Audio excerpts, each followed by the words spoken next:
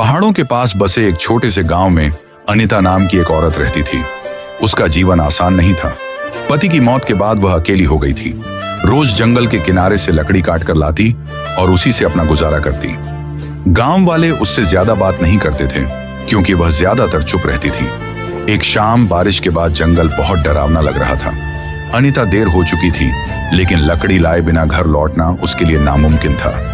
जैसे ही वह गीली पगडंडी से वापस आ रही थी, अचानक उसका पैर फिसला और वह एक गहरी खाई के किनारे लटक गई। उसके हाथ कांप रहे थे, दिल तेज धड़क रहा था और आवाज जंगल में खो गई। उसने चिल्लाने की कोशिश की, लेकिन कोई इंसान आसपास नहीं था। उसी वक्त झाड़ियों के पीछे से भारी कदमों की आवाज आई।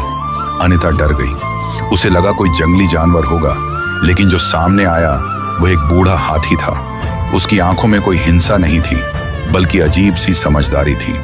हाथी ने अनिता को देखा, कुछ पल रुका, फिर धीरे धीरे पास आया। उसने अपनी सूंड आगे बढ़ाई। अनिता डर और भरोसे के बीच फंसी हुई थी। उसने पूरी ताकत से सूंड पकड़ ली। हाथी ने जोर लगाया और उसे खाई से बाहर खींच लिया। अनिता जमीन पर गिर पड़ी, रोने लगी। वह डर से नहीं, बल्कि जिंदगी वापस मिलने की खुशी से रो रही थी। हाथी कुछ पल उसके पास खड़ा रहा, जैसे यह देख रहा हो कि वह ठीक है या नहीं। अगले दिन गांव में चर्चा फैल गई कि जंगल का वही बूढ़ा हाथी अनिता को बचाकर लाया। लोग हैरान थे। जिस औरत को वे अनदेखा करते थे, आज वही सबकी नजरों में थी। इसके बाद हर शाम अनिता जंगल के किनारे हाथी के लिए पानी और फल रख देती। वह कभी कभी दूर से उसे देखती, लेकिन हाथी कभी पास नहीं आता, बस खामोशी से खड़ा रहता, जैसे एक पहरेदार। कुछ महीनों बाद जब वन विभाग हाथी को पकड़कर कहीं और ले जाने आया, अनिता की आंखों से आंसू बह निकले। हाथी ने जाते जाते एक बार पीछे मुड़कर उसे देखा।